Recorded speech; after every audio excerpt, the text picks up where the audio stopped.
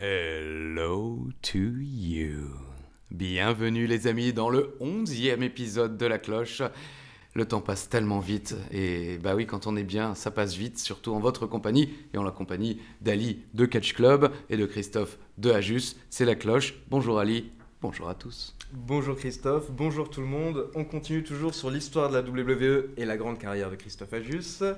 On s'est arrêté à WrestleMania 24. C'est ma pause XFL. XFL, très beau démarrage pour la XFL, il faut le noter.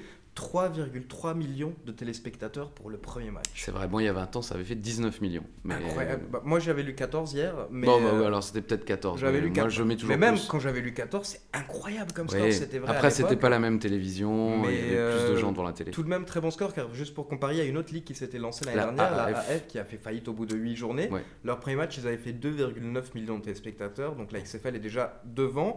Et à côté de ça, elle a déjà vendu plus de billets avant ça que toute la ligue de la AF l'année dernière. Donc honnêtement, le projet a l'air bien lancé. Voilà, mais vous en avez rien à faire sans doute, un peu comme moi qui m'intéresse pas du tout au football américain. Et si vous êtes fan de foot américain, bah voilà, si vous ne le savez pas, la XFL est de retour.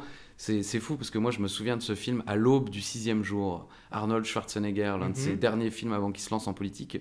Et c'est un film d'anticipation avec des clones où, sans spoiler, bon, bah, y a un clone d'Arnold Schwarzenegger et il pense avoir tué le personnage d'Arnold Schwarzenegger et que son clone ait pris sa place.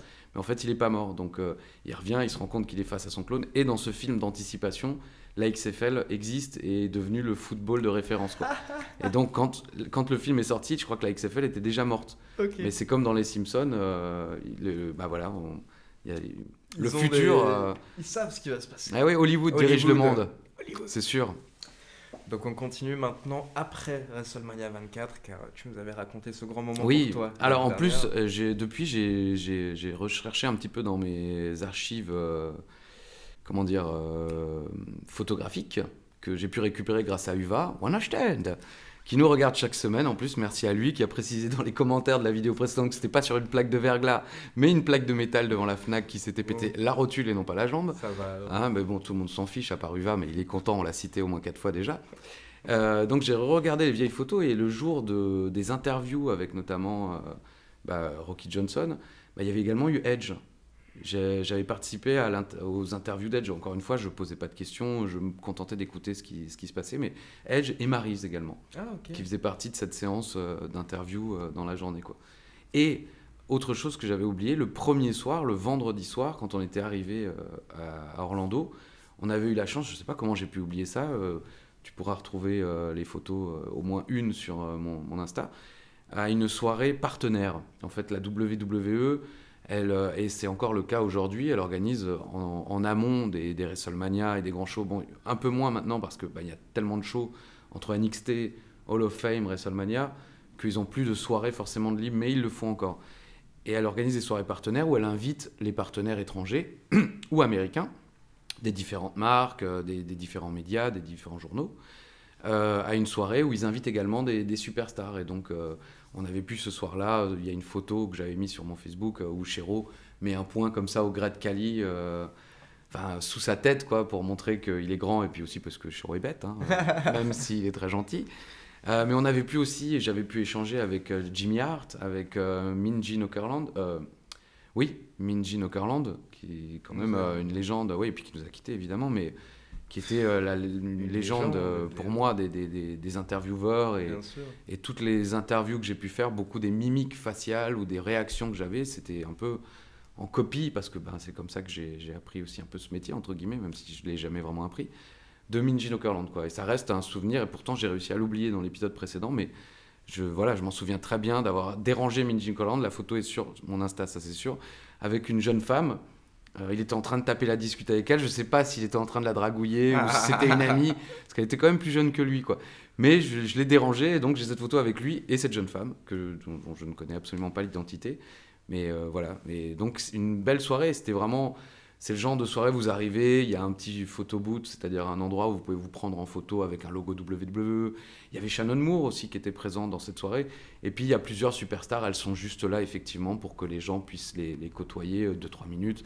Bonjour, ça va, vous échangez quelques banalités, puis vous prenez une photo, c'est un bon souvenir pour Pour les partenaires, pour les partenaires, plaisir, voilà, quoi, mais pour nous qui à l'époque ne faisions quasiment pas d'interviews et tout ça, c'était exceptionnel, ouais. Et puis on en a vécu d'autres qu'on évoquera plus tard dans d'autres WrestleMania où on s'est déplacé, où effectivement là c'était vraiment plus sympa parce que c'est là la première fois qu'on a pu vraiment échanger avec Rousseff et Lana par exemple, grâce à Tom LaRuffa, qui est une bonne porte d'entrée quand je vais voir les superstars américaines. Ah, t'as le bonjour de Tom, ah, the crazy French guy.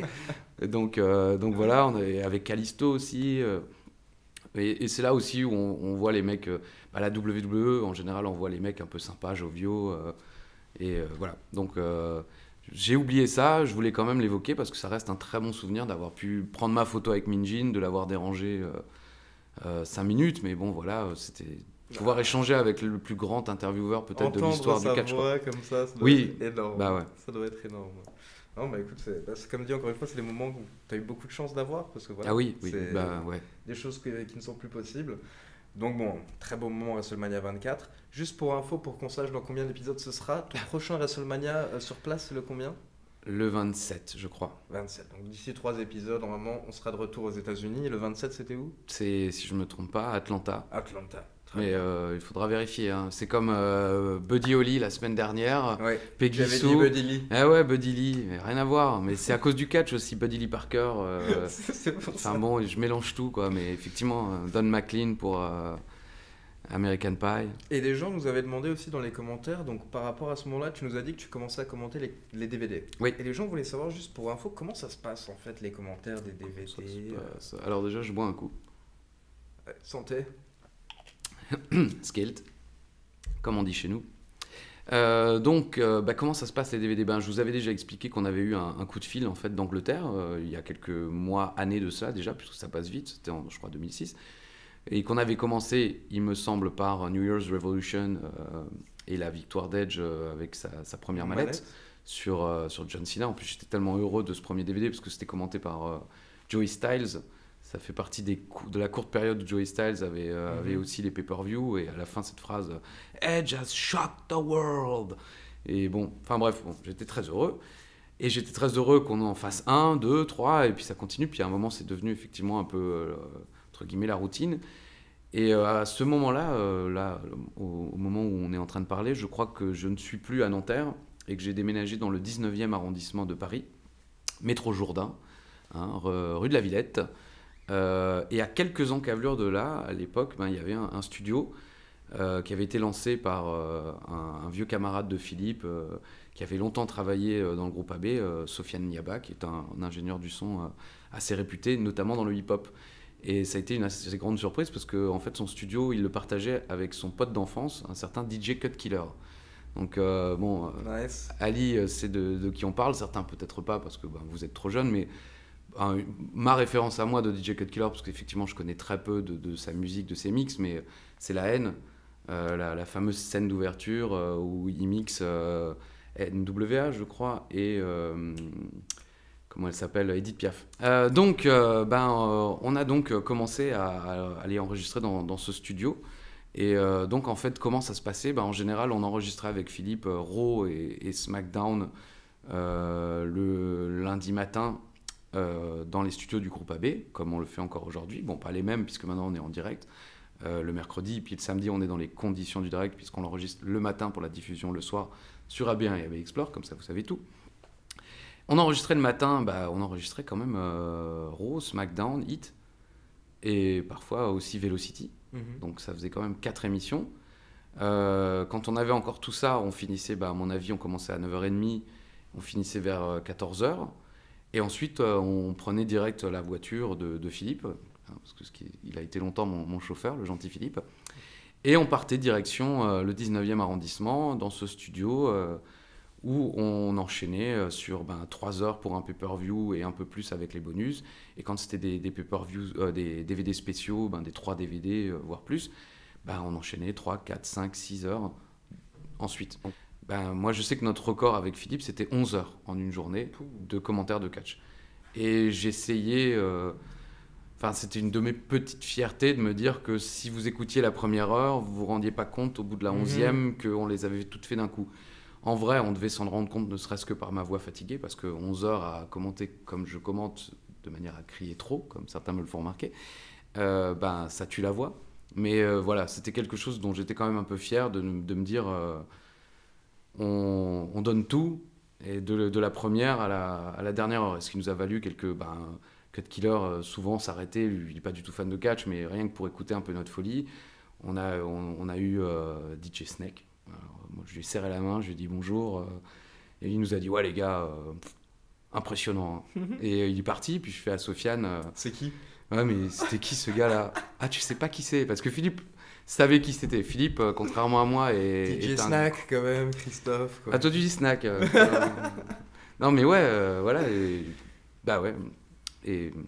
Mais on a aussi eu... à ce moment-là, c'était pas encore une énorme... Si, il était déjà connu. Il était déjà très connu. Il avait pas encore sorti son truc avec Camille Cabello, là, où je sais pas comment elle s'appelle. Là, parce qu'en tout cas, par la suite, oui, DJ Snake, à un moment, c'était le numéro 1 du monde, hein, tout simplement. Bah, il était peut-être pas encore numéro 1, mais il était déjà aux States, en tout cas. Ouais. Mais voilà, et... Autre petite anecdote, ils ont grandi, Sofiane, DJ Cut Killer, avec un certain Tony Parker. Ils viennent tous de Trappes, ils se connaissent depuis qu'ils sont tout petits. Et une fois, il m'avait fait ce week-end, je les ai aidés à monter leur truc de télé, satellite et tout. Mais attends, viens, on va faire une vanne parce que d'ici, je peux changer de chaîne chez Tony. Quoi. Et donc, il commence à changer de chaîne et tout. Et à un moment, il y a le téléphone qui sonne. Et c'était sa compagne de l'époque, comment elle s'appelle, l'ancienne Desperados. Eva Longoria qui appelle Sofiane. Ouais, on a un problème avec la télé, ça change de chaîne tout seul, quoi. Et il met les haut-parleurs. J'arrive, je vais régler. Non, il pouvait pas. Mais il met les haut-parleurs et c'est Eva Longoria qui est en train de lui demander à SAV, tu vois, qu'est-ce qui se passe. Nice. Et voilà. Mais je précise tout ça parce que Sofiane, comme dit, est un ingénieur du son. Qui a fait des mix pour le cinéma, pour beaucoup de choses.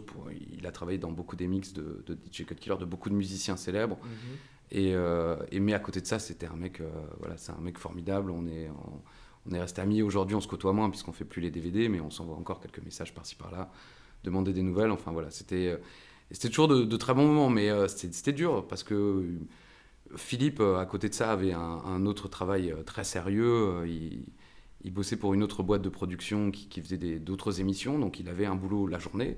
Il venait commenter parfois le catch avec moi le matin, il allait l'après-midi bosser, puis on se retrouvait parfois à 20h pour commencer les DVD. Et on finissait à 3-4 heures du mat'. Et donc on a passé énormément de temps, c'est la période où avec Philippe, on se voyait tous les jours, et c'est pour ça que j'habitais à Paris. C'était pas vraiment un choix par plaisir, c'était vraiment parce que j'avais plus le choix. J'étais obligé d'y être tous les jours, tout le temps, de nuit comme de jour. Et c'était devenu un peu l'usine, mais en vrai, Booster prendra ce nom-là pour son école de catch après, l'usine à catch. Moi, c'était un peu ça, l'usine à catch à l'époque, mais un vrai bonheur, en fait, épuisant, parce que franchement, quand on sortait même de 5 heures de commentaires, c'est dur. Mais moi, c'est j'étais fier, quoi. En fin de semaine, le vendredi, quand je rentrais à Strasbourg, mon ego était... au plus haut, quoi. J'ai commenté toute la semaine du catch, DVD, les Four Horsemen, DX, le Best of Undertaker, on en a fait 12, enfin. Mais voilà, j'étais au sommet du monde, quoi. Puis il me fallait un week-end à Strasbourg où je sortais trop et je faisais n'importe quoi pour ensuite arriver le lundi à Paris de nouveau complètement dépressif. Mais du coup, j'allais te demander justement, donc ça répond un peu à ma question, oui, pas d'overdose. Non, non, pas du tout. Non. On sait jamais, parce qu'on sait jamais. Ouais. On en parlera peut-être. Enfin voilà, il y a eu une petite overdose, mais qui n'était même pas due au catch. Mais non, de catch, non. Non, parce que. Je veux dire, tu peux en bouffer 10 heures par jour et t'en as rien à faire, quoi. Travailler 10 heures par jour. Aujourd'hui, je pourrais pas regarder 10 heures de catch sans le commenter, parce qu'il y a le côté un peu. Je voyais un truc de Stury ce week-end qui n'était pas à West Catch et il avait mis la photo du mec dans. Je crois que c'est Wrestling with Shadow avec Bret Hart, le gars à Calgary qui n'est pas invité au show de Terry Funk. Voilà, il dit, I'm not booked, je n'y vais pas.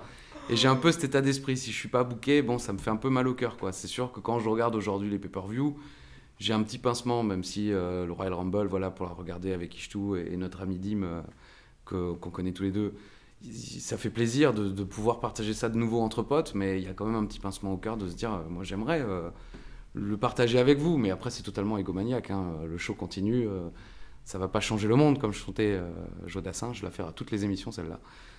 Je comprends. Mais donc non, absolument aucune overdose, au contraire, un plaisir immense, parce que vraiment, et c'est encore le cas aujourd'hui, un sentiment immense de qu'est-ce que je fous là en fait. comment c'est possible que je puisse commenter tous ces heures de DVD? Parce que comme moi, j'ai toujours vécu comme ça. Je fais un truc, je me dis, bah, je l'ai fait. Et si ça doit plus se refaire, bah, c'est pas grave, je l'ai fait, quoi. Je m'en fous. Quand on a fait WrestleMania 30, on en reparlera, on en fera un épisode entier, j'imagine. Enfin voilà, à la fin, je me suis dit, c'est bon, on n'y retourne pas l'année prochaine, je m'en fous, c'est pas grave, j'ai fait WrestleMania. J'ai eu mon WrestleMania moment. Et il y a moult superstars dans l'histoire du catch qui n'ont même pas eu leur petit WrestleMania moment, quoi. Donc voilà, moi, tous les DVD, un après l'autre, ben ouais, la joie, la joie. Je vous dis pas qu'on n'était pas parfois un peu, purée, maintenant on va se faire 4 heures de je ne sais pas. Évidemment, ça reste un travail, donc il y a quand même le côté, on est fatigué aussi, évidemment, mais non, un bonheur vraiment sans limite de d'avoir pu commenter tous ces DVD. Et c'est un bonheur de lire beaucoup de vos messages de gens qui les ont achetés, qui les revoient encore aujourd'hui. Comme moi, je regarde mes cassettes de catch avec Édouard Carpentier et Guy Auré, et qui me remercient pour rien, parce que à la fois c'était mon métier et ma passion, donc il ne faut pas me remercier, mais ça me fait très plaisir, voilà, les gens qui me disent toutes ces heures que j'ai passées avec toi sans que tu le saches. Voilà. Merci d'avoir passé toutes ces heures avec moi sans que je le sache. Donc les DVD sont relancés en France, donc ça veut dire que ça marche bien. Bon, là c'est bien lancé, oui. Ouais, c'est ça. Là vraiment c'est établi, là ça marche très bien, oui. Vous êtes sur NT1 à côté de ça? On est sur NT1, oui, tout à fait. Mais vous savez pas vraiment si ça marche bien? Non, on ne sait absolument rien. Non, pour nous c'est vraiment, ça n'a absolument rien changé du tout. Entre Philippe et moi, on ne se rendait compte de rien. Parce qu'on ne nous donnait pas d'audience, on ne nous disait pas si ça marchait ou pas. Les réseaux sociaux existaient, mais c'était pas encore... Je crois que Twitter vraiment commençait à fonctionner bien vers la fin, entre guillemets. Au moment où c'est au sommet du truc. Moi, je vis ma vie à Paris, je bosse tous les jours, j'ai pas le temps de penser à quoi que ce soit, de regarder l'actualité du monde ou quoi au caisse. Et le week-end, je rentre et je suis avec mes potes qui vivent dans cet appart en coloc, où moi je squatte le week-end avec eux. Et on sort, quoi. Et comme c'est du catch, et qu'on me montrait pas. C'est ce que j'allais dire, on te montrait pas du tout encore à ce moment-là. Non, à l'époque, personne ne montrait nos têtes, donc personne ne savait qui on était. Donc, moi je passais mes week-ends de manière totalement.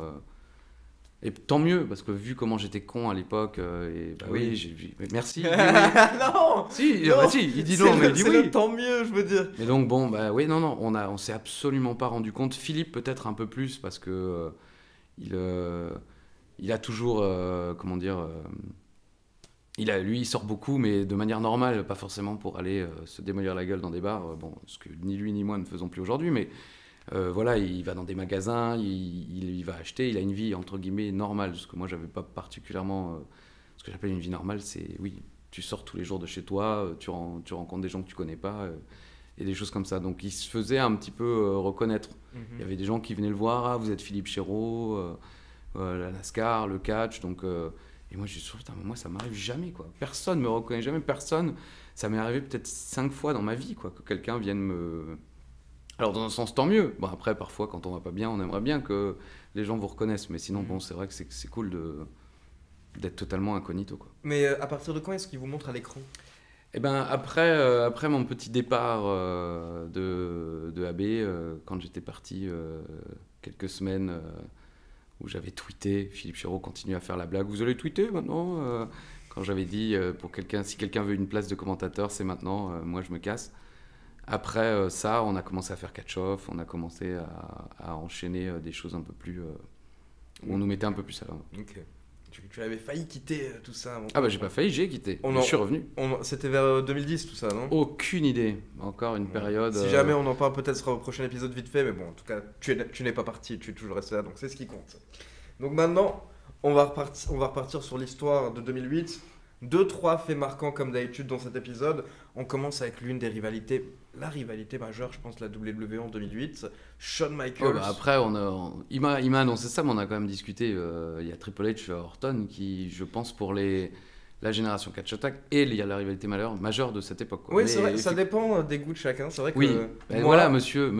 Non, c'est vrai que moi, personnellement, c'est cette rivalité qui, 12 ans plus tard, m'avait vraiment marqué. Donc, Shawn Michaels contre Chris Jericho. Parle-nous-en. J'adore les deux superstars. Très bien. J'avais adoré le match de WrestleMania 18, non au Safeco Field avec le fameux Shero Shot. Bah, vérifie, au lieu de me regarder avec ses yeux, il a des yeux de merlan. Vous vous rendez pas compte, vous le voyez à travers une caméra, mais moi il est en face de moi. Et quand parfois je lui dis des trucs, il me regarde avec pas les yeux de Samoa Joe non plus, mais quand même des yeux. Des yeux. 19, voilà, pardon. Évidemment. Puisque 18, c'est évidemment Jericho Triple H. Évidemment, bah oui, c'est vrai. Quand même. Tout à fait. Bah, j'essaye de compter sur lui. C'est là où je me rends compte quand même qu'on est moins bien lotis que les Américains. Hein, parce que certes, il est un petit peu plus attirant physiquement, bon pas pour moi, hein, mais que le roi des podcasts aux États-Unis. Mais, oui, c'est vrai que au si moins lui, il maîtrise l'histoire. Voilà, Conrad, au moins lui, il m'aurait direct repris, quoi. Ah, possible. Bon, donc, j'avais adoré ce match-là qu'on a commenté à moult reprises parce qu'à un moment, il nous le mettait beaucoup dans les best-of de fin d'année sur NT1, les meilleurs matchs de WrestleMania, parce qu'on avait eu quand même... on sentait que ça commençait à marcher un petit peu parce qu'on avait de plus en plus de programmes de catch à commenter. Donc on se disait, ah oui, ça doit quand même fonctionner puisque on partait de 1 heure de Raw, puis 1 heure de 1 heure de Heat, après SmackDown... SmackDown, pas forcément en entier, mais Raw 1h30, Heat, Velocity, et puis des best-of qui arrivaient en fin d'année avec les best-of WrestleMania. On avait eu la chance de commenter ce match-là. Mais la feud, tu me l'as rappelé tout à l'heure en antenne comme ça pour me remettre en truc. C'est vrai que je me souvenais pas de tous les détails de la fausse blessure de Shawn Michaels. Tu peux peut-être d'ailleurs le résumer pour nos amis auditeurs. Donc très rapidement en fait, donc tu vois je peux faire mon Conrad malgré tout, mais à l'époque en fait pour vous rappeler la semaine dernière quand on s'est quitté, Shawn Michaels avait mis un terme à la carrière de Ric Flair. Donc ce qui s'est passé après WrestleMania 24, c'est que Batista voulait un petit peu prendre la défense de Ric Flair parce que forcément Batista, Ric Flair, évolution. Donc en fait le pay-per-view après WrestleMania, on a un match entre Batista et Shawn Michaels. Et Shawn Michaels tricks un peu, on va dire. Il utilise des tricks pendant ce match parce qu'à un moment, il fait semblant d'être blessé au genou. Mais par la suite, il porte tout de même un Sweet Chin Music en mode ses dernières forces à Batista et il remporte le match derrière. Ce qui fait que le lendemain, on a Chris Jericho qui vient à Raw et qui veut donner un prix à Shawn Michaels parce que Jericho est persuadé que Shawn Michaels a fait semblant d'être blessé. Et donc à ce moment-là, tout le monde se retourne contre Chris Jericho et tout le monde est derrière Shawn Michaels. Sauf qu'en réalité, Chris Jericho a raison. Shawn Michaels se moquait des gens à ce moment-là. Il avait bien fait semblant d'être blessé au genou. Et c'est ce qu'on va découvrir à travers cette rivalité. Et en fait, il va y avoir plein de petites étapes durant cette rivalité. Donc, quand on découvre que Shawn Michaels est méchant, forcément, Chris Jericho va l'attaquer. Et donc, il le fait passer à travers le Jericho-tron. Jericho-tron 2000, donc je crois que c'était. Derrière, il y a un moment... Ça, c'est quand même un des segments légendaires de l'histoire d'Euro. Et puis... il y avait évidemment le clin d'œil avec Shawn Michaels qui fait passer Marty Jannetty à travers la vitre du barbershop qui avait choqué une génération, ma génération, même si je ne me souviens pas l'avoir vécu sur Canal+. Je me souviens très bien du Royal Rumble 92 où Shawn Michaels arrive heel et ils disent personne ne lui a pardonné ce qu'il a fait à Marty Jannetty. Et je me souviens avoir regardé Alain Ichtou en lui disant mais qu'est-ce qu'il a fait à Marty Jannetty, qu'est-ce qui s'est passé, parce que je me souviens pas qu'il l'ait montré en VF en amont, ou alors j'avais loupé une émission, parce que je me souvenais des Survivor Series, digression, hein, mais où Shawn Michaels et Marty Jannetty sont dans les Survivor Series et sont éliminés de leur match des Survivor Series. Et Michaels avait repoussé Jannetty, j'en ai marre et tout. Et pour revoir beaucoup désormais de vidéos, quand je suis dans le train, je me fais pas mal de vieilles vidéos. Il y a un Américain, bon, c'est de manière illégale, mais malheureusement, pour l'instant, toutes ces ne sont pas sur le network. Il a fait des montages des superstars et des prime time wrestling des années 88, 89, 90. Et on voit effectivement de loin le heel turn arrivé de Shawn Michaels. Bon, pour l'enfant que j'étais dans les années 90, j'avais 10 ans, hein, comme Ali. Je l'avais pas forcément vu venir pour moi. Mais en tout cas, ils avaient construit ça en fait. Ouais, de loin, il y a plein de matchs, notamment avant les Survivor Series où Jannetty va partir courir après Jimmy Hart et Shawn Michaels est tout seul dans le ring et se fait démolir par les Natural Disasters qui sont Earthquake et Typhoon. Donc deux gros gaillards et Michaels est blessé et tout et on sent qu'il commence à être vénère. Et dans les derniers matchs, on se rend compte que Michaels il tape plus dans la main des fans alors que Jannetty oui, et il a un visage plus fermé, au Survivor Series aussi.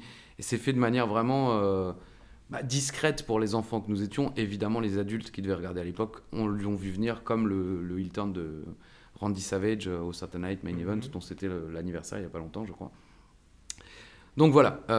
Mais oui, ce Jericho-tron, ça, moi je l'ai encore en tête, quand Chris Jericho prend la tête de Michaels et le balance dans son écran géant. Gros moment à ce moment-là. Donc Shawn Michaels derrière joue sur une blessure à l'œil.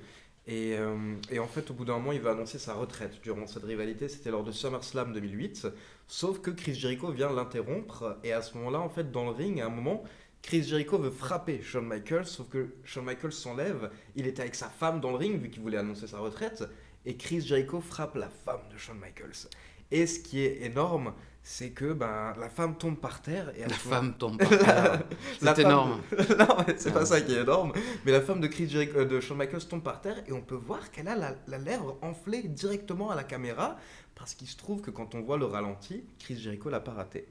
Chris Jericho l'a stiffé, il a mis un vrai coup de poing. Il a stiffé, non. Non, il a pas fait exprès. Il a lancé son poing et voilà. C'est après, ça, ce sont des choses qui arrivent. Et puis je pense, Madame était une ancienne Nitro Girls à l'époque, donc elle est quand même du business et il est possible que même si ça a dû entre guillemets la faire chier, ça fait partie aussi du catch, quoi. Chris Jericho le raconte justement dans un de ses livres, donc dans le premier je pense, où il explique qu'une fois qu'ils sont retournés en backstage, Shawn Michaels était assez énervé contre lui-même. Il était en mode j'aurais jamais dû amener ma femme, j'aurais jamais dû la mettre dans un angle. Et du coup Chris Jericho était quand même un petit peu en panique parce que même si Chris Jericho est un main eventer à ce moment-là, c'est pas Shawn Michaels.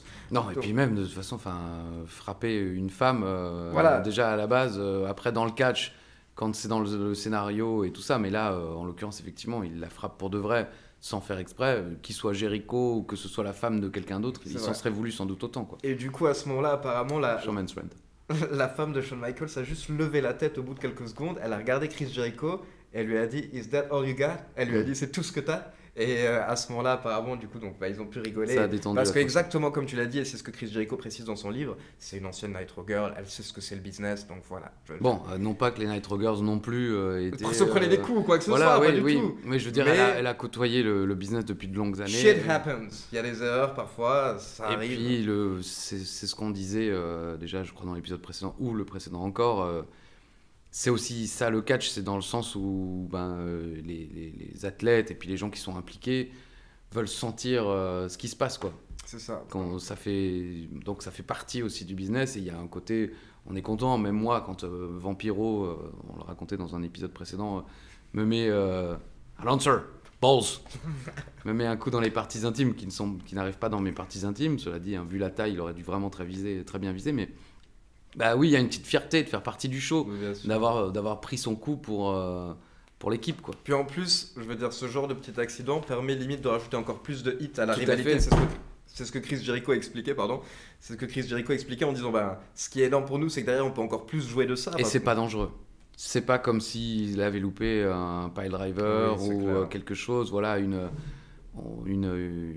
écorchure à la lèvre ou au visage, c'est un hématome, ça se répare vite en quelque sorte, quoi. Voilà, c'est pas une blessure grave. Donc moi tout ce que je voudrais dire en fait par rapport à cette rivalité. Et après il arrête. Le but c'est... Après il quitte, c'est fini la cloche, il arrête, il voulait juste dire ça, il s'arrête. C'est ça. Le but c'est pas non plus de vous donner tous les détails parce que certains d'entre vous voudront sûrement revivre tout ça à travers le network, mais ce qui est intéressant à dire par rapport à cette rivalité, c'est qu'à l'époque, pour la peine, on avait quelques rivalités parfois sur 5-6 mois, voire plus, mais ça devenait de plus en plus rare. À la WWE, on était quand même surtout sur des rivalités de 2-3 mois. Un match retour, parfois la belle. Ouais. Mais à ce moment-là, cette rivalité était ressortie parce qu'elle a duré 6-7 mois et Jericho et Shawn Michaels sont vraiment lâchés. Et apparemment, c'était vraiment ça. Les scénaristes leur ont donné beaucoup de liberté à ce moment-là. Mais c'était beau de revoir une rivalité à l'ancienne, j'ai envie de dire, à la WWE. Je me souviens, moi, d'un match très sanglant. On avait regardé, je crois que c'est Unforgiven, si je ne me trompe pas, où, c'est... Pardon, à l'époque, la WWE, effectivement, autorisait encore le sang. Alors ça, c'est un grand débat. Bon, moi, maintenant, encore une fois, du haut de mes 40 ans, je ne suis pas forcément contre qu'il n'y en ait plus, à part, évidemment, de manière malheureusement accidentelle, mais... oui, c'est là. Le unsanctioned match. Ah ouais, et parce qu'ensuite Jericho gagne quand même le Scramble match pour le titre de champion du monde le même soir, quoi. Le même soir. Mais bon, donc c'était effectivement une rivalité très violente et puis très personnelle. Et c'est le genre de rivalité en tant que commentateur qui sont extrêmement plaisantes à raconter parce que il n'y a pas besoin d'en rajouter en fait. Tout est là, quoi. L'agression sur le Jericho-tron, la femme de Shawn Michaels qui est blessée. Ça se raconte tout seul en quelque sorte. C'est clair. T'as pas besoin de surhyper la chose parce que tous les éléments sont là en fait déjà. Oui, donc c'est intéressant pour ceux qui veulent savoir. Intéressant pour ceux qui veulent savoir Unforgiven 2008, justement parce que ça va réarriver à No Way Out. Chris Jericho est dans 2 matchs. Il perd son match face à Shawn Michaels par arrêt de l'arbitre. Apparemment, Shawn Michaels est tellement énervé à la fin du match que voilà, ça va très loin. Mais par contre, Chris Jericho intervient à la fin dans un Championship Scramble match et il remporte le titre World Heavyweight. Donc malgré tout, ça reste une bonne soirée pour lui tout de même. À côté Le Scramble match qui n'a plus jamais été utilisé par la WWE, il me semble. Moi, parce que je me souviens de Brian Kendrick dedans, quand même, pour le titre de la WWE, mais qui avait été fort plaisant à commenter. Okay. Des règles assez particulières. Ok. Ils sont je lis en même temps, c'est parce que je lis en même temps. Oh, je le lis. Donc voilà. Non, je précise que j'avais bien aimé ce concept de match assez particulier où il fallait être. Tu peux nous rappeler ce que c'était exactement ? Les règles exactes, je m'en souviens plus, mais je crois qu'il fallait être le champion à la fin du match. C'est-à-dire que tu pouvais faire le tomber sur tout le monde pendant le match autant que tu voulais, mais à la fin du décompte, montre-moi une fois si c'est le même temps de match pour les 2 matchs. The time limit soon expired and Jericho won the world. Ok, d'accord. Moi, ça m'avait bien plu. Je n'ai pas les souvenirs précis, mais j'avais adoré commenter ce show, et puis c'était sympa pour voir aussi Brian Kendrick dans un match majeur. Ce que j'aimais bien, moi j'adorais Paul London et Brian Kendrick. Ça n'a aucun rapport avec tout ce qu'on dit, mais comme toujours, moi j'adore les cruiserweights, et Paul London, Brian Kendrick, cette équipe m'avait toujours vendu du rêve. J'ai adoré ces 2 catcheurs, et pour info, pour ceux qui adorent les shoot interviews, l'une des shoot interviews les plus mythiques de tous les temps, Paul London, Brian Kendrick, qui boivent une bière ou 2, qui fument un joint, et qui racontent n'importe quoi pendant 2 heures sur l'espace, sur la politique, sur je ne sais quoi. Les 2 gars étaient énormes. Et on continue donc ensuite avec un autre fait marquant de l'année 2008. Fin 2008, à ce moment-là, on se retrouve à Armageddon pour une victoire, honnêtement, que je ne pensais pas qu'il allait arriver un jour à la WWE.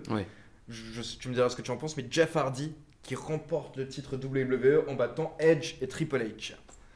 Ça aura mis du temps, effectivement, et c'est pour ça, j'imagine, comme beaucoup, moi aussi, on se disait que finalement ça n'arriverait plus jamais, parce que y avait tellement d'occasions avant cela de mettre Jeff Hardy over et de le faire gagner le titre mondial, que voilà, on était dépités, on se disait que non, ça n'arriverait jamais, et puis effectivement, Armageddon contre Edge, le champion en titre, et Triple H, Jeff Hardy devient enfin champion de la WWE. J'ai pas de souvenir franchement précis de ce match. Encore une fois, je l'explique principalement parce que je sortais beaucoup, mais aussi parce que c'est vrai, on enchaînait les shows, on commentait à la fois les pay-per-view et les DVD spéciaux, donc on bouffait du match tout le temps. Et en général, moi je me souvenais plus quel était le premier match du show qu'on venait de finir, parce que voilà, on est tellement dedans. Mais je me souviens quand même d'avoir... l'émotion était quand même grande, même pour moi qui était vieux, c'est pas forcément... si quand même, parce que moi Jeff Hardy, je l'ai vu débuter, j'étais devant Superstar sur Canal+ pour son premier match quand il avait séché les cours, et que le lundi matin, il disait aux gens vous allez voir, je serai bientôt sur les rings. Enfin voilà, quand il avait que 16 ans, je crois qu'il avait menti sur son âge. Donc je l'ai vu grandir, j'ai vu les Hardy Boys débuter... où ils étaient rien, ils se faisaient démolir par Kane, et puis petit à petit grandir, et puis devenir pour Jeff Hardy le catcheur le plus populaire de notre pays, parce que vraiment, je l'ai déjà dit je crois, et puis je le répéterai, Jeff Hardy vraiment a participé énormément au boom de la génération Catch Attack, et Jérôme Pourrut de Planet Catch le dit souvent, quand Jeff Hardy est parti de la WWE, les ventes de magazine Planet Catch par exemple ont baissé considérablement, quoi.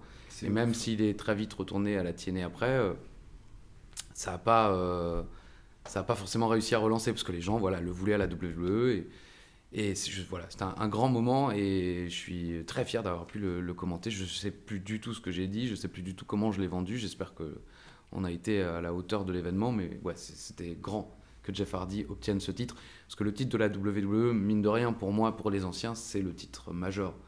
C'est pas le titre universel ou le titre champion du monde poids lourd, même si le titre champion du monde poids lourd a toute l'histoire peut-être NWA derrière, avec les Harley Race, les Ric Flair, les Steamboat, and they can all kiss my ass, comme dirait Shane Douglas, référence à la ECW. Mais voilà, le titre WWE, c'était le titre mythique, le titre avec lequel j'ai grandi, et donc que Jeff Hardy puisse le remporter, c'était quelque chose d'énorme. Oui, c'est vrai qu'il était... Enfin, moi, des souvenirs que j'avais à ce moment-là, quand j'avais 10 ans, c'est que clairement, le titre WWE était tout de même positionné comme titre principal de la fédération. Et tu le voyais surtout dans le sens où le titre World Heavyweight était secondaire. Parce que ça faisait genre, on a un deuxième champion, mais clairement, ce champion n'a pas la même image. Et à ce moment-là, pour moi, celui qui était marquant justement en 2008, c'est CM Punk. Parce que CM Punk avait remporté le Money in the Bank Ladder Match, il était devenu champion du monde.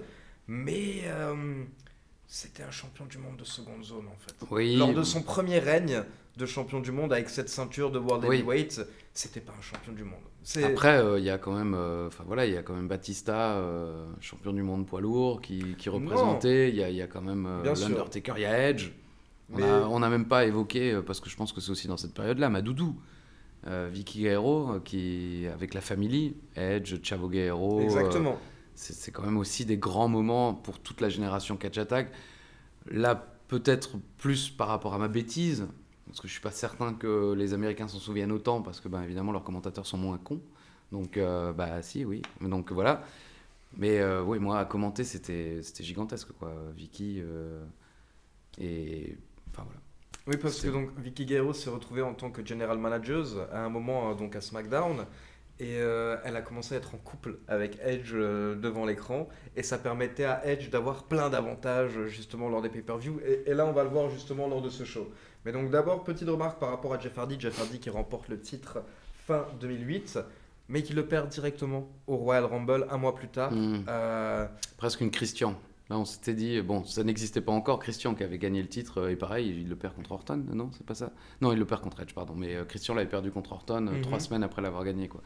Mais Et suite à une trahison de son frère, c'est Matt Hardy en fait qui intervient durant le match. C'est vrai qu'après il y aura Justement, c'est ça. Le malheureusement pas si légendaire que ça, Matt Hardy, Jeff Hardy. Mais pour info, en fait, à ce moment-là, il lance une rivalité. Donc Matt Hardy intervient durant le match avec Edge et Jeff Hardy. À un moment, il a une chaise. On pense qu'il va frapper Edge. Edge, en plus avec tout le passé autour de Lita. Il y a tellement de choses entre ces deux-là. Mais à ce moment-là, en fait, Matt Hardy se retourne et il frappe son frère, ce qui va lancer une rivalité entre les deux. À côté de ça, donc pour le Royal Rumble, si tu veux parler du vainqueur, moi j'ai pas grand souvenir du Royal Rumble 2009 par exemple, tu vois. Maintenant que tu le montres, évidemment c'est Orton. Ouais. De tête, si je m'en serais sans doute quand même souvenu, parce que c'est vrai que après il y a la rivalité avec Triple H, enfin on y est peut-être déjà, et ce match à WrestleMania 25. Mais montre-moi un petit peu en bas, les participants, tout ça du Rumble. Orton se retrouve à la fin avec, donc c'est la période Legacy, et les 3 membres du Legacy sont dans le ring à la fin avec Triple H. Et Triple H les vire tous sauf Orton finalement. Exactement, Triple H arrive à s'occuper de Ted DiBiase et Cody Rhodes, mais pendant ce temps du coup t'as Randy Orton qui arrive à prendre l'avantage. Il y a Rob Van Dam quand même Petite surprise, qui effectue un retour. Toujours plaisant de je me revoir rappelle qu'il y Van avait Damme. eu une très grosse pop parce qu'il y a sa petite explosion quand sa musique démarre et One of a kind. sa musique est vraiment bien en plus toujours, donc ça fait plaisir de voir Van Damme. Oui, mais un gros plateau quand même, parce que il y a MVP, il y a Triple H, il y a Jericho, l'Undertaker, CM Punk. C'est ça. Je pense que pour la génération Catch Attack, c'est un Royal Rumble mémorable. C'est vrai que pour nous, qui étions déjà un peu plus vieux, même du haut de tes 10 ans, on l'oublie un peu plus. Mais oui, Randy Orton qui remporte ce Rumble. La Legacy, pour moi, c'est une des grosses déceptions de l'histoire de la WWE, un peu comme la Nexus. Pas pour les mêmes raisons, mais la Legacy, parce qu'on en avait parlé avec Evolution. Le gang avait permis de faire exploser Orton, Batista, de redonner un dernier souffle à Ric Flair et de confirmer Triple H en tant que mégastar, qu'il était déjà un petit peu, mais là vraiment tout le Raw était construit autour de lui. Et Legacy, moi j'avais un peu cet espoir parce qu'il y avait de quoi. Cody Rhodes et Ted DiBiase, Ted DiBiase il a carrément arrêté, maintenant il est plus du tout dans le monde du divertissement sportif, et puis Cody, certains ne le savent pas, il a créé sa propre fédération avec les Young Bucks, avec Kenny Omega et avec un milliardaire Khan, mais son prénom Tony Khan, voilà. Tony Khan, la AEW. Mais à l'époque, moi, franchement, j'avais l'espoir que justement ils utilisent la Legacy pour faire grandir Ted DiBiase et Cody Rhodes, parce qu'effectivement, ils avaient déjà des noms, ce qui n'est pas forcément signe de réussite. David Sammartino, personne ne s'en souvient.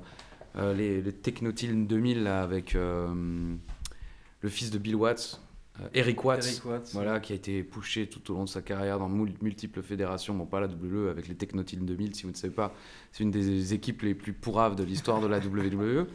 Mais voilà, il y a plein de mecs de seconde génération qui n'ont pas réussi. Mais là, on sentait que Cody et Ted DiBiase avaient du potentiel, quoi. Les mecs étaient quand même. De Dusty Rhodes et Ted DiBiase. Oui, quoi, mais ça veut rien dire. Non, parce que David Sammartino, c'est le fils de Bruno Sammartino, tu vois. Et puis. Mais bon, ils avaient le look, ils étaient plutôt corrects dans le ring. Oui, et puis tu sentais qu'ils avaient le truc, quoi. Parce que David Flair, par exemple, il avait pas le truc. Ça valait pas le coup de tenter le coup, quoi. Reed Flair aurait certainement beaucoup mieux réussi. Mais bon, voilà, moi j'avais cet espoir-là et je trouvais qu'ils avaient été totalement gâchés. Certes, ils avaient été utilisés comme faire-valoir de Randy Orton, ce qui est plutôt logique dans la construction d'un gang comme celui-ci, mais je pensais que petit à petit, ils allaient les faire grandir et prendre plus de... Mais il n'y avait plus de la place. À ce moment-là, il n'y avait plus de la place. Cena, Batista, cette nouvelle, entre guillemets, génération, CM Punk qui montait, mais il a aussi mis du temps avant, Jeff Hardy voulait... Enfin, c'est ça le problème de la WWE, et ce qu'on oublie aujourd'hui beaucoup, c'est qu'il n'y a pas... il n'y a pas autant de place que de catcheurs finalement. Et ce que Ali a peut-être connu un peu moins, mais moi beaucoup dans les années 80, c'est qu'on avait beaucoup de catcheurs qu'on adorait, mais qui dépassaient pas, qui n'arrivaient même pas au titre intercontinental, et ils étaient quand même adulés, quoi. Donc aujourd'hui, on veut toujours que son catcheur préféré soit champion du monde ou qu'il ait une ceinture, parce qu'évidemment, elle tourne plus vite qu'avant, mais il faut se rendre compte que c'est comme une série télé, il n'y a pas 5 rôles principaux. Il y en a, en général, il y en a 3-4 des rôles principaux, et puis voilà, les autres, c'est des rôles secondaires, et après, t'es encore moins qu'un rôle secondaire, sans forcément être, comment on dit, faire de la figuration. Là, c'est pareil, ils sont arrivés à un mauvais moment, Cody Rhodes et Ted DiBiase, je pense, parce qu'il n'y avait plus de place. Quand tu me dis justement ça par rapport aux noms qui parfois vont faire toute une carrière sans même être champion du monde et être très connus, ça me fait forcément toujours penser à Scott Hall. Scott Hall, qui pour moi est un petit peu cet exemple de même gars si qui était, il a été champion intercontinental et, il a été reconnu mais oui. Mais Scott Hall aujourd'hui il serait champion du monde au moins une fois normalement dans sa carrière, sûr, quoi. Sûr. Alors que dans les années oui, c'est quand même fou que ce gars n'ait jamais été champion du monde. Je veux dire, à un moment c'était un des plus gros noms. Mais après c'était une autre époque aussi, parce que on peut citer Roddy Piper qui a jamais été champion du monde non plus. Mais c'est parce que il y avait deux sortes aussi de superstar. Tu savais que Roddy Piper, t'avais pas besoin de le faire champion du monde pour le légitimer ou quoi que ce soit. Et puis à l'époque, il y avait qu'un seul visage, c'était Hulk Hogan et basta. Il y avait des champions de transition, mais Randy Savage aurait certainement mérité des règnes plus longs et des choses. Enfin, voilà, mais non, c'était la place d'Hogan, et ensuite la WWE s'est cherchée. Et là aussi, ils s'étaient cherchés pendant pas mal de temps, mais ils avaient trouvé quand même leur Cena, leur Batista, leur Edge. Et malheureusement, Cody Rhodes et Ted DiBiase, je pense que voilà, ils ont souffert de ça. Mais c'est ça qui est marrant justement, tu vois, parce que c'est impossible de dire en fait quel est l'ingrédient qui va faire marcher une chose et pas l'autre. Mais avec Evolution, clairement, au bout d'un moment, Randy Orton et Batista étaient des adversaires crédibles pour Triple H. Et comme tu l'as dit, c'est pour ça que le clan a si bien marché. Dès le début, je trouve, au niveau de Legacy, on n'a jamais, enfin surtout à la fin de Legacy, DiBiase et Cody Rhodes n'en sont jamais ressortis. Non, ils ont eu une, je crois, grosse victoire sur Triple H et Shawn Michaels. Dans un match par équipe, c'était à Breaking Point, je crois, à Montréal. Ou en tout cas, ils se sont affrontés à Breaking Point. Mais enfin, il me semble, voilà. Mais ils se sont fait beaucoup humilier, quoi. Ils étaient parfois traités comme le Spirit Squad. Ouais, c'est ça le problème. Et donc, effectivement, au bout d'un moment, les gens ont perdu espoir.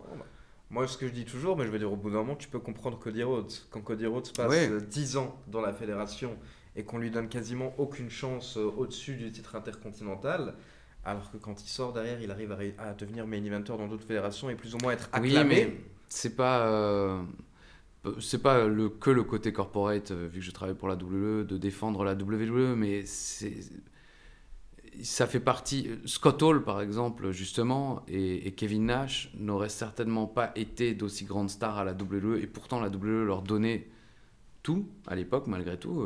Kevin Nash a été champion du monde, Scott Hall plusieurs fois champion intercontinental à une époque où ça se faisait pas forcément. Mais c'est le fait de se barrer et d'aller à contre-courant. Qui et, ajoute aussi. Voilà, et Cody Rhodes, quand il s'est barré de la WWE, franchement, on n'était pas certain que ça allait cartonner. Mais il a eu l'intelligence de balancer cette liste dans un premier temps. Je me souviens parfaitement de son tweet où il a montré la liste, sa wishlist, ce qu'il voulait faire en sortant de la WWE. Ça a commencé à créer une attente. Et après, voilà, Cody Rhodes, je suis vraiment, je sais que certains, dans les premiers numéros, me demandaient, et j'avais répondu à Ali à un moment, je sais pas trop ce que fait Chris Jericho à la EW. C'est vrai, franchement, je ne suis pas... Encore une fois, j'ai 40 piges. Je commande moins qu'avant, mais encore beaucoup de catch par semaine. Et j'ai pas forcément le temps ni la motivation de me remettre. Je suis ravi qu'ils réussissent aussi bien qu'ils réussissent, et j'espère qu'ils vont réussir encore mieux, parce que pour tous les fans de catch, c'est vraiment mieux si plein de gens réussissent en même temps, et pour les catcheurs aussi, c'est vraiment mieux d'avoir plein d'endroits où bosser. Mais donc voilà, je suis pas particulièrement, mais voilà, Cody Rhodes n'a pas non plus révolutionné le business, il n'a pas sorti des matchs 5 étoiles et compagnie, mais il a su se créer ce personnage dans un premier temps, avec son beau costume, sa magnifique épouse très gentille qu'on a croisée plusieurs fois, qui est vraiment super cool, Brandy. Donc voilà, il a été très intelligent. Mais je suis pas certain qu'il aurait pu réussir autant si la WWE lui avait donné toutes les clés. Parce qu'il y a un moment où il faut aussi couper court, te casser, et puis te remettre en question aussi soi-même. Qu'est-ce que je vais devoir faire, qu'est-ce que je peux faire. Et quand tu es à la WWE, tu es dans une machine qui roule très vite tout le temps, et t'as pas forcément, même si les gens te donnent toutes les clés, le temps toi-même de te remettre en question et de te recréer. Parce que Chris Jericho a su faire, par exemple, la même chose chaque semaine, et voilà. Oui, et voilà, quoi. mais ce que Chris Jericho justement a su faire à de multiples reprises tout au long de sa carrière, mais aussi parce qu'il y avait des phases où il faisait rien pendant 6 mois. Et il revenait, et bam, et là tout d'un coup il te sortait justement la liste of Jericho, sa petite écharpe, des petits détails à la con, mais dont tu sens que c'était réfléchi avant, parce que il a eu le temps. Il a eu le temps de se poser, de prendre le temps. Et voilà. Donc je suis pas certain, encore une fois, que Cody Rhodes aurait eu le plus grand succès du monde si la WWE lui avait donné les clés de la fédération. Aujourd'hui, oui, mais il aurait eu besoin de se barrer et de se recréer, quoi. Donc, on continue par rapport à... On est sur l'évolution, on a Triple H Orton quand même, qui est une des rivalités majeures de cette période, qui t'a visiblement moins marqué, mais enfin il y a cet angle incroyable de Triple H qui va dans la maison d'Orton, qui, aux États-Unis, est décrié comme un des angles les plus pourris, ridicules de l'histoire de Raw, mais qui, la génération Catch Attack, je l'ai encore vu il y a quelques semaines, puisque plusieurs ont sorti cette vidéo commentée en français. Ça s'est très vite retweeté, très vite, beaucoup de fois vu. Ça reste un moment mythique de la génération Catch Attack, qu'on a vécu ensemble. C'était une des premières fois où il se passait quelque chose en dehors de la salle. Parce que des angles comme ça, aux États-Unis, ils en ont connu plein. Les Four Horsemen avaient pété la jambe de Dusty Rhodes sur un parking, par exemple. Il y avait eu beaucoup d'angles comme ça en extérieur aux salles. Mais là, dans la génération Catch Attack, je crois que c'est vraiment un des angles. Aujourd'hui, on le regarde, c'est vrai, c'est un peu ridicule, mais c'est comme une série télé, quoi, en fait. T'avais Triple H, il toque à la porte, il défonce la porte, il pète la maison avec Randy Orton il le fait passer à travers la baie vitrée. Je pense d'ailleurs qu'on l'avait refait. Je pense qu'on a dû le commenter jusqu'au moment de la baie vitrée. Parce que j'ai parlé de Sofiane Niaba, mais l'un des ingé-sons majeurs de la génération Catch Attack et de notre duo, et même moi j'appelais ça un trio, c'était Sam Tournade, qu'on a déjà évoqué, et qui justement dans ces moments-là avait l'intelligence de nous dire: les gars, jusque-là c'est parfait, mais ça vous dit pas, on coupe, on fait un point. Faire un point, ça veut dire qu'on coupe et puis on reprend. Et la qualité d'un ingénieur du son et d'un commentateur, c'est de faire le point et que vous vous en rendez pas compte. Nous, à l'oreille, on peut l'entendre parce qu'il y a vraiment des minuscules différences de son, mais si vous l'écoutez comme ça d'une traite, si c'est bien fait, vous l'entendez pas. Et Sam Tournade est un excellent ingénieur du son, aujourd'hui comédien. Vous pouvez retrouver d'ailleurs dans beaucoup de documentaires et autres, il fait beaucoup de voix. Et je crois que c'est lui qui nous avait dit: les gars, ça vous dit pas de faire, je sais plus si on a dit à travers la baie vitrée ou à travers la fenêtre, mais voilà, de le faire en même temps comme le par-dessus la troisième corde, quoi. Et donc, ça sort comme ça de manière fluide, mais en réalité, je crois qu'on avait coupé et que c'était Sam Tournade qui avait eu cette idée, quoi.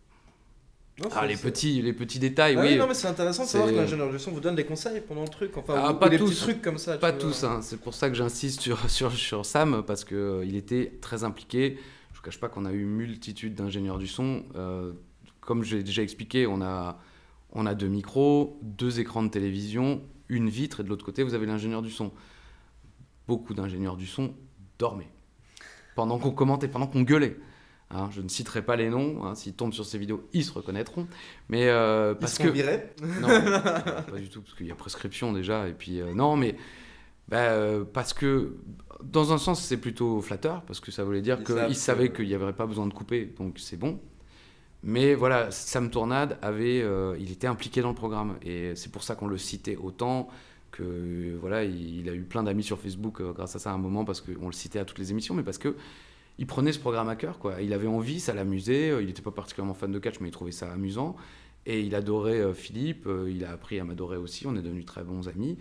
Et puis il aimait notre travail, donc il avait envie que tout soit bien propre et que ce soit bien fait, quoi. Donc il prenait le temps, et il prenait le temps de nous parler dans le casque, comme j'ai déjà dit, de parfois souffler des blagues pourries à Philippe ou des choses comme ça. Enfin voilà. Et ça faisait effectivement très plaisir. On a eu, comme dit, beaucoup après d'ingénieurs du son, parce qu'il y a eu des changements dans l'entreprise, et Sam s'est plus occupé du catch du tout. Et donc on a eu plein d'autres ingénieurs du son, et voilà, la plupart, ils s'en tamponnaient, quoi. Ils étaient sur leur téléphone, certains, comme dit, s'endormaient. Faut y aller. Enfin, je veux dire, faut donc y toi, aller tu pour sors ça. après, tu le réveilles comme ça. Oui, non, mais parfois. Et c'est pour ça que moi j'ai pris un vieux réflexe de dire, alors excusez-moi l'expression, mais la bite. Parce que ça réveillait le mec. Parce que, oui, parce qu'on parfois, on était là, on veut couper, Non, et ça, non, ça le réveillait pas, parce qu'il croyait que ça faisait partie du jeu de l'émission. Donc à un moment, j'arrêtais plus de dire la bite. Quand on faisait vraiment une grosse... faut couper. Voilà, parce qu'il savait que, oui, évidemment, qu'on va pas dire pénis ou penny, comme j'aime à dire, dans une émission, quoi. Chacun ses codes. Et après, c'est devenu une expression parmi les amis. On sortait... on sortait la bite malheureusement aussi, mais je veux dire, on le disait, c'est devenu même encore... souvent, quand on s'envoie des SMS, on commence par LB. au lieu de bonjour. Mais ça m'a aussi valu dans une interview où on fait une interview pour un média, je sais plus lequel, je crois que c'était les 7 jours, mes vidéos, et Chéreau dit une connerie, et moi je dis la bite, par réflexe, parce qu'il dit une connerie pour que ça coupe. Et sauf que les mecs, c'est super drôle, on va le garder. Et donc ils l'ont gardé, ils ont commencé l'interview par ça, quoi. Et je me suis fait démolir. Alors qu'en vrai, c'était pas pour bêtement dire ça, c'est vraiment un réflexe. Je le dis même plus en le pensant que c'est... c'est vulgaire. C'est mon code pour faire couper les ingénieurs du son qui dorment, qui n'écoutent pas, quoi. C'est con, hein, mais voilà, il faut trouver des techniques. Comment concerner quelqu'un qui en a rien à foutre, en disant une vulgarité, parce qu'ils savent que voilà, la vulgarité, on doit pas le dire. Non, tant que ça marche. Ça marchait pas toujours, quoi. Parfois, il fallait crier très fort. Ouais, mais c'est intéressant de voir comment ça se passe, l'enregistrement de ces émissions. Tout ce que tu as pu vivre, en tout cas, durant ces 20 ans. Merci, voilà, il dit ça d'une voix vite on finit là, parce que tu commences à me saouler avec tes histoires de penny. Pas du tout. Donc on continue après le Royal Rumble sur No Way Out. Et à No Way Out, le seul truc dont je voulais juste rapidement parler, c'est qu'on a des Elimination Chamber match. Et en fait, la particularité, on a vu Chris Jericho juste avant perdre un match face à Shawn Michaels, puis terminer la soirée en tant que champion du monde. Et là, on a Edge qui va nous faire un petit coup. Parce que Edge est dans le Elimination Chamber pour le titre WWE et il perd ce match plus tôt dans la soirée. Mais plus tard, lors du main event, il intervient lors de l'autre Elimination Chamber match et là il devient... C'est pas qu'il intervient, il prend la place de quelqu'un. Il prend la place de quelqu'un. C'était Kofi. On va vérifier tout de suite. Ou... Et Kofi Kingston, c'est ça, oui. Juste avant le match, en fait, Edge attaque Kofi Kingston et il va prendre sa place dans le pod, tout simplement. Ouais. Et donc, au final, Edge qui perd l'un des titres de la WWE majeure et qui remporte l'autre durant la soirée. Je me suis dit, à la fin de la soirée, Edge, quand il rentre à l'hôtel, il doit quand même se dire bon, ça va, je suis bien. Je suis dans une bonne position. Parce que là, il compte sur moi, quoi, dans la fédération. C'est vrai. Quand tu touches les 2 titres de champion du monde le même soir, je sais pas si... après, je suis bien 2 Elimination Chamber match, je suis pas sûr que physiquement il était au mieux. Non, ça c'est clair. Mais avoir les... je sais pas si c'est déjà arrivé, à part quand tu as les 2 ceintures en même temps, je sais pas si c'est déjà arrivé pour un catcheur que d'avoir le titre WWE et World Heavyweight lors du même soir, quoi. Donc Edge, à ce moment-là, était vraiment l'homme à tout faire, on va dire, de la WWE. Ouais, mais en même temps, il était... Oui, il était au sommet, et puis la WWE savait qu'elle pouvait faire confiance à Edge, quoi. Visiblement, dans sa vie personnelle, il y a, à part évidemment l'affaire avec Lita, mais on ne lui connaît pas de dérive comme Jeff Hardy par exemple. Donc, oui, pas d'arrestation, pas de problème de drogue. drogue. Puis pour l'avoir rencontré plusieurs fois, et j'ai quand même oublié celle avant WrestleMania 24, mais moi j'ai eu l'honneur immense dans sa tournée d'adieu de partager des minutes avec lui dans les vestiaires pour préparer sa promo, parce qu'il voulait s'exprimer en français et tout. À la base, je devais même peut-être monter dans le ring avec lui pour traduire en direct ce qu'il disait, et puis on en a discuté. Même moi, j'ai dit, je crois pas que ce soit nécessaire, franchement. Enfin, ça aurait été un rêve, évidemment. C'était à quel moment, ça ? Après sa retraite, il a quand même fait la tournée européenne. Okay. Et il était à Strasbourg, notamment, les gens s'en souviennent. Je sais qu'il n'a pas fait que Strasbourg, mais moi, il me semble que j'étais qu'à Strasbourg et à Paris, peut-être, je ne sais plus. Mais voilà, j'ai eu la chance de partager ces moments-là. Et donc, c'est un mec adorable. Il y a ce moment aussi à la Paris Games Week, je crois, ça s'appelait déjà comme ça, mais où il vient jouer aux jeux vidéo avec nous.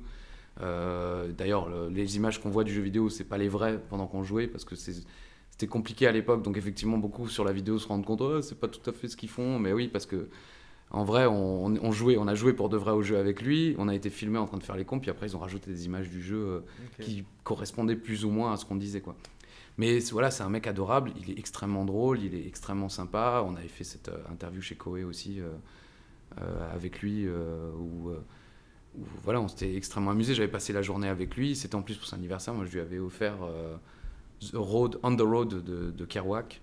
Et il ne connaissait pas. Ça m'avait surpris. Je ne sais pas si tu connais On the Road de Kerouac. Bon, c'est un bouquin quand même assez mythique, vieux. Mais voilà, c'est Kerouac qui avait fait la route des États-Unis et qui comment dire, avait fait son voyage initiatique en quelque sorte. Il était parti, il était devenu un peu un hobo. Il se promenait comme ça. Et je me disais, ça correspondait bien à la vie d'un catcheur, finalement, qui est sur la route tout le temps, quoi. Mais bon.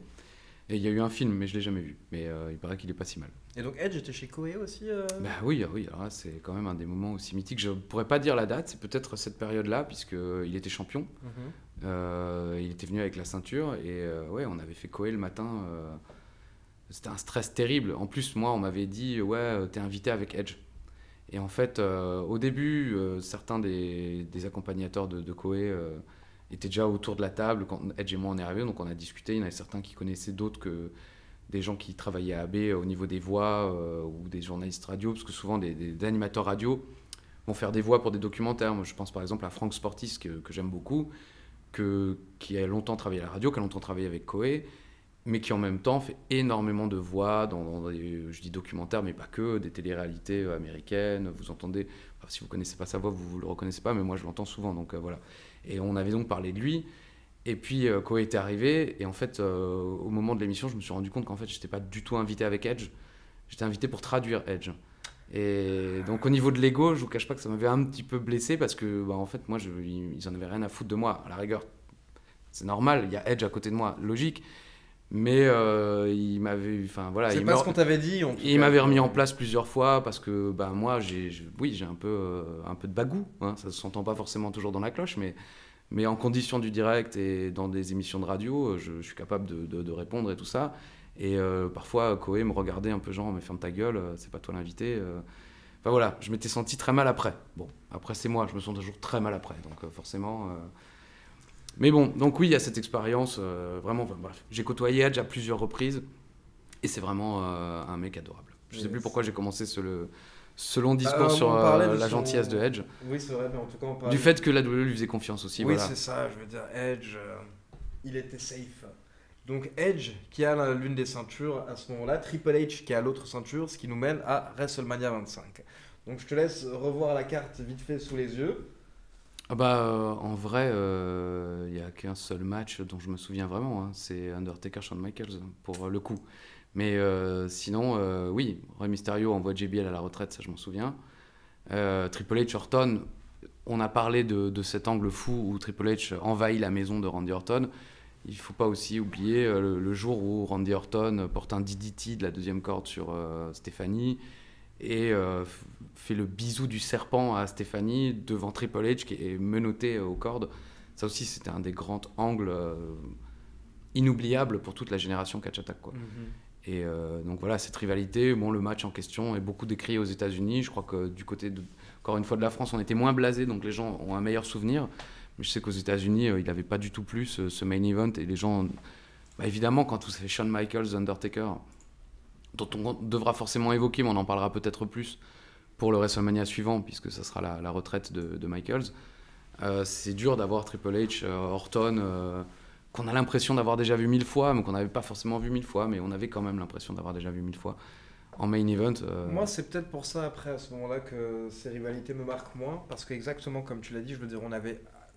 Là, il y a une période de 5 ans à peu près où on a beaucoup de Batista, Triple H, Edge et Randy Orton. Non, pas Randy Orton, oui, Batista, Triple H, Randy Orton et John Cena. Je veux dire, ces 4 personnes sont tout le temps dans le main event dans les années 2000 à 2010. Je m'en plains pas du tout, attention. Mais ce qui fait que forcément, parfois, on a beaucoup d'angles qui se ressemblent, ou alors dans notre tête, c'est un petit peu peut-être perdu, parce que comme tu l'as dit, on voyait beaucoup de catch. Par contre, ce WrestleMania, par rapport au 24 qui m'avait peut-être un petit peu moins marqué, là, quand j'ai revu cette carte, il y a plusieurs matchs, moi, qui m'ont sauté aux yeux. Oui, bien sûr. Donc bon, d'abord pour ce que je voulais citer, moi, CM Punk qui remporte à nouveau le Money in the Bank Ladder Match. 2 années de suite qu'il le remporte, donc c'est le premier catcheur à faire ça. Et surtout, on parlera beaucoup, je pense, de CM Punk lors de la vidéo la semaine prochaine, parce que cette mallette va tout changer pour CM Punk. Cette mallette, ça va mener à son heel turn, et c'est là où il va vraiment pouvoir se lâcher dans la fédération derrière, où on va voir le Straight Edge Society, etc. Et c'est là que CM Punk va éclore, en fait. Il va sortir de son cocon à la WWE. Donc ça, c'était intéressant. Après l'autre match où j'aimerais te demander ton avis, toi, c'était Chris Jericho face aux légendes. Oui, ben, c'est suite à The Wrestler de Darren Aronofsky. Donc là, on est justement, là, les choses se remettent en place dans mon esprit. Ben, je l'ai évoqué la semaine dernière, Catch Mag, l'autre magazine de catch dont j'ai participé à la création, mais auquel j'ai participé à aucun numéro, qui était créé. Il y avait Planète Catch également. Là, effectivement, le catch est au sommet. 2 magazines de catch en français. Catch Mag qui se voulait déjà un peu plus adulte, entre guillemets. Enfin, moins parce que Planète Catch était exceptionnel, mais voilà, il y avait beaucoup de couleurs.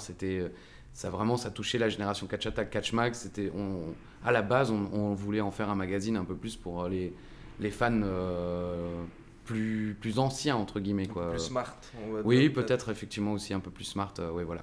Et donc je me souviens effectivement, j'avais écrit un article qui finalement ne sera pas publié, mais sur The Wrestler avec Roddy Piper, je sais qu'il avait participé un peu au niveau de la production, si je ne me trompe pas, mais bon.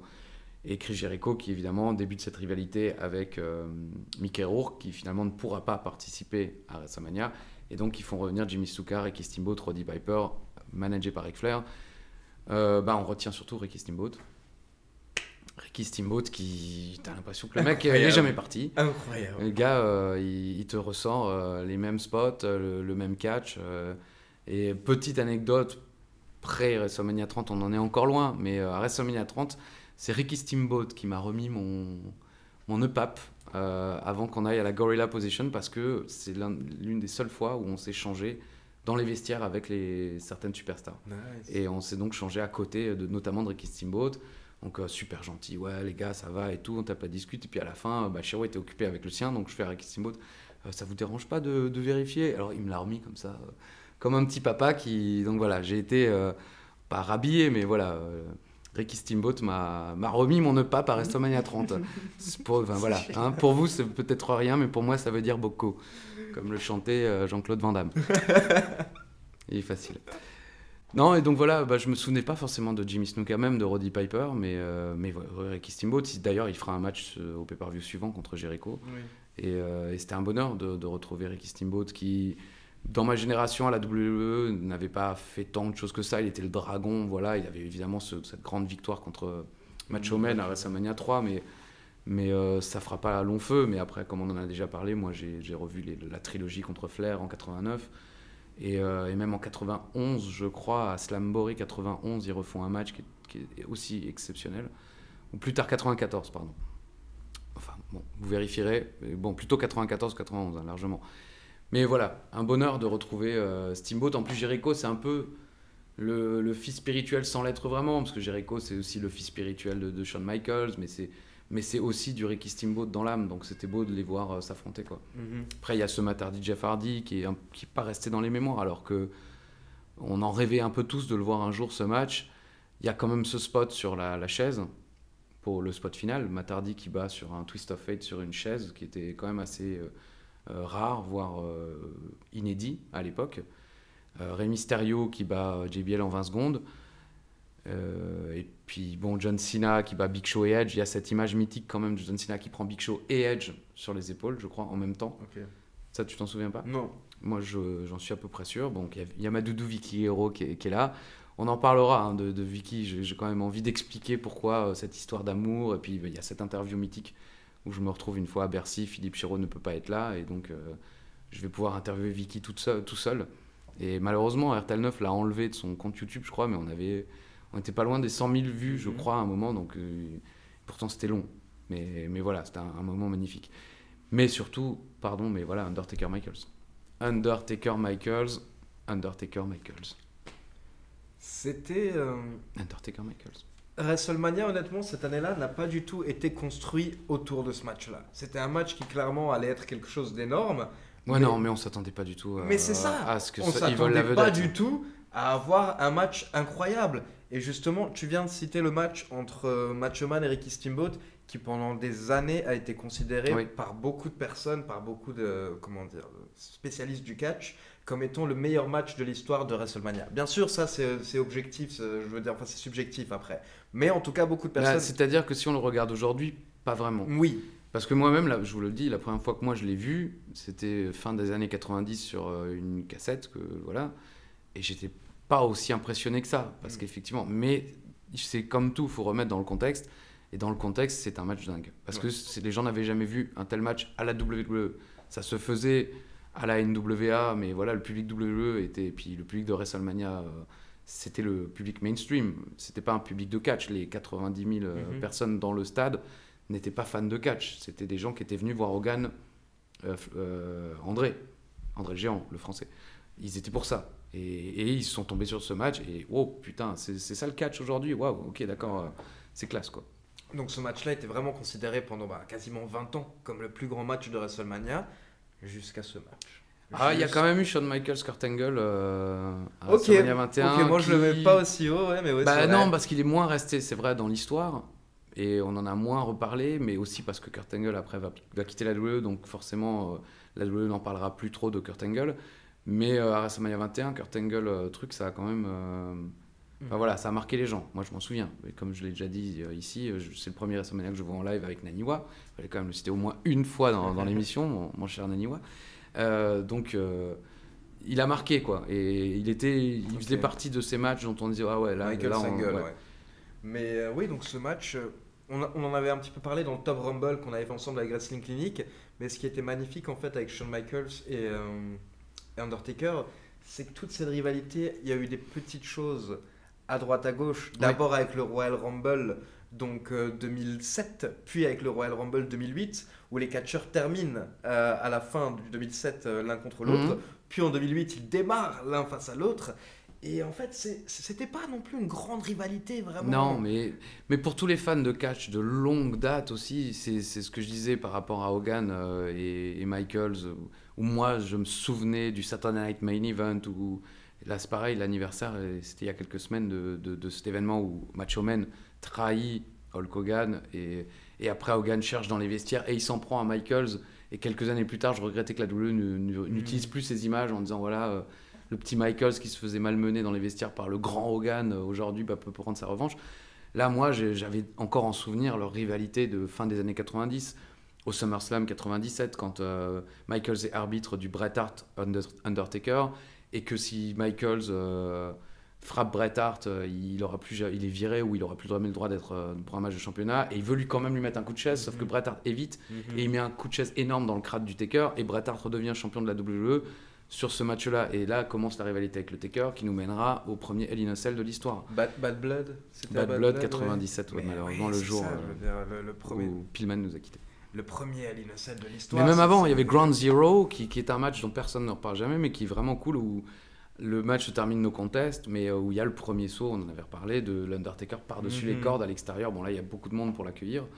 Mais voilà. Donc bon, il y a 10 ans d'histoire. Ouais, c'est ça aussi qui est bon dans ça. C'est que c'est pas simplement 3 mois de rivalité, c'est que c'est Shawn Michaels, Undertaker, et que tu peux remonter au siècle dernier, quoi. Et quand tu regardes la carte, je veux dire, au final, ce sont les 2 plus gros noms de la fédération à ce moment-là, de très loin, puis ce sont 2 des plus gros noms de l'histoire de la WWE. Les 2 plus gros noms de la fédération, c'est quand même, à mon avis, Triple H et Cena à ce moment-là, de la WWE.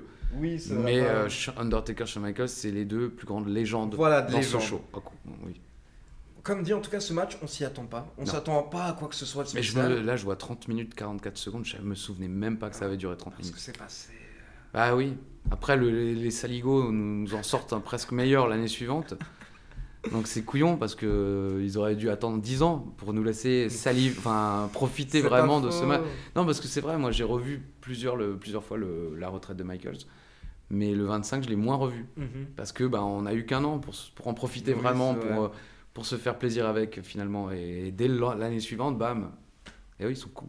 Mais voilà, que dire sur ce match si ce n'est qu'il était... regarde, non, mais allez-y. Vous l'avez jamais vu, Network, WrestleMania 25, voilà, vous n'allez pas être déçus.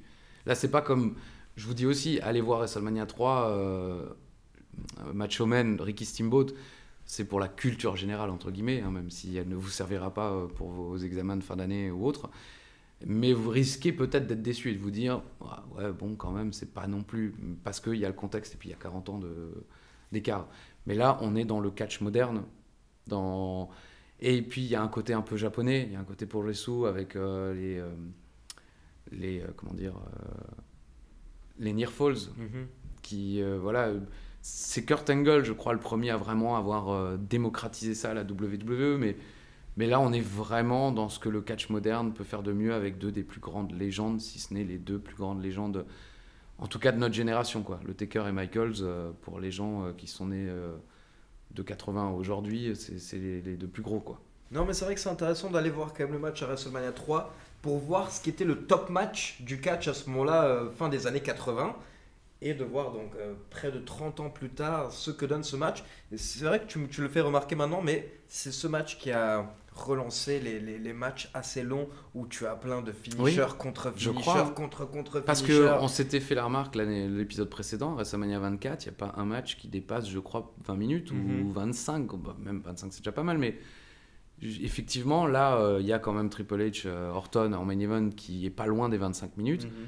Mais ce Taker Michaels, c'est typiquement ce que faisaient Misawa et Kawada. Alors là, en digression totale, et puis ça vous dit peut-être absolument rien, mais Toshiaki Kawada et Mitsuharu Misawa, j'ai oublié son nom. Mitsuharu Misawa, et le deuxième Tiger Mask, qui nous a malheureusement quittés il y a quelques années de ça. Je l'avais évoqué à la télévision parce que c'était un choc terrible.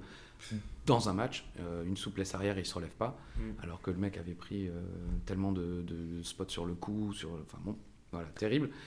Mais ces 2 garçons, dans les années 90, sortaient déjà des matchs très très longs, mais qui étaient à couper le souffle. Ça met toujours un peu de temps à démarrer, mais ensuite vous vous dites, oh purée, c'est vraiment un catch de ouf, quoi. Et là, c'est un peu du catch à la japonaise, quoi. C'est que ils vont commencer tout doucement, ça va pas être toute la folie, même si j'ai pas de souvenir vraiment précis de ce WrestleMania 25, mais j'imagine que ça commence doucement et puis petit à petit ça s'accélère et puis il y a des near falls et puis les finishes et puis voilà, quoi. Et c'est un peu, je pense, dans cet état d'esprit là finalement. Je crois que c'est un côté japonais, quoi, dans l'histoire de ce match. Et donc c'est Shawn Michaels, non, c'est l'Undertaker bien entendu qui remporte ce match. Mais ce qui serait intéressant, et on en parlera lors du prochain épisode, c'est que ce n'est pas la fin de la rivalité entre les 2 catcheurs, parce qu'après, en fait, cette défaite va ronger Shawn Michaels pendant tout un an, et il va tout faire pour avoir une revanche 1 an plus tard face à l'Undertaker, et on en parlera. Pour avoir cette revanche, il devra mettre sa carrière en jeu. Donc, non, WrestleMania 25... Beaucoup de larmes à venir. Beaucoup de larmes à venir. On enchaîne les retraites à ce moment-là, c'est vrai. On a eu Ric Flair l'année dernière. En 2 ans de temps... pour moi, 2 de mes catcheurs préférés de toujours qui partent, quoi. Donc on va continuer avec Shawn Michaels la semaine prochaine, mais je pense qu'il est temps de se quitter pour cet épisode. Ça y est. Ça y est. Alors, pas un pet de ICWA. Non, bah on n'a plus beaucoup de temps, mais on garde la ICWA pour la semaine prochaine. On en parlera, oui, notamment. Je sais que vous êtes nombreux à me demander, par exemple, pour les Japan Expo et tout ça. On parlera de Daniel Bryan, on parlera, même si j'ai pas grand chose à dire, si ce n'est que c'est un mec tout aussi gentil que Edge, en fait, tout simplement. Mais voilà, on parlera. J'aimerais parler pour le coup justement des femmes, puisque Mariko Yoshida, Sweet Saraya, la maman de Paige, on a Ray également, une catcheuse qui est décédée depuis. Enfin voilà. On parlera de la ICWA, on fera le petit instant booster qu'on embrasse chaleureusement également, parce que j'ai beaucoup parlé de Boula l'épisode précédent, et je parle peu de booster. Enfin, c'est pas que je le regrette, mais enfin, je ne crois pas vous lui donner suffisamment d'importance, parce que finalement, j'ai vu sur ton tweet pour annoncer l'épisode, Christophe Ajus organise un show à Souffle-Varennes. Moi, j'ai rien organisé du tout. Hein. Non, j'ai osé mettre ça, oui, sachant mais j'ai que dans les autres vidéos, justement. Tu avais précisé dès le départ clairement moi, que c'est Booster qui gérait vraiment l'assaut ou l'entreprise, en tout cas, la paperasse. Non, mais même tout le booking des catcheurs. Il faut le dire clairement. Je vrai rendre à César, non, mais parce qu'il est parfois décrié pour ses sorties Internet. Il a un caractère de cochon. C'est autre chose. Mais sans lui, moi, je ne serais rien. Et je parle vraiment de toute ma carrière. Parce que si Booster m'avait pas fait confiance pour monter cette... Parce qu'il aurait très bien pu le faire tout seul. Hein, il n'avait pas besoin de moi. Mais voilà, s'il m'avait pas fait confiance et tout, je ne serais pas aujourd'hui en train de vous parler et d'accumuler presque 20 000 vues par épisode, ce que je trouve incroyable pour des vidéos de plus d'1 heure. Donc merci vraiment. Et c'est un bonheur de lire vos commentaires qui disent « Ouais, j'ai regardé WrestleMania 24 », il y en a quelques-uns la semaine dernière qui ont regardé, ou l'entrée du Sandman, ou des choses comme ça. Bah, c'est juste pour ça qu'on le fait. Donc merci à vous d'être là. Comme d'habitude, n'oubliez pas de liker la vidéo, de vous abonner à la chaîne et de cliquer sur la petite cloche pour être informé de la sortie des prochaines vidéos. Oui, parce qu'il y a plus de visionnage que d'abonnements. Alors abonnez-vous les gens. Hein. Et on se retrouve la semaine prochaine pour l'épisode numéro 12. Ciao tout le monde, merci Christophe. Eh bien, merci Ali, merci à vous et bisous.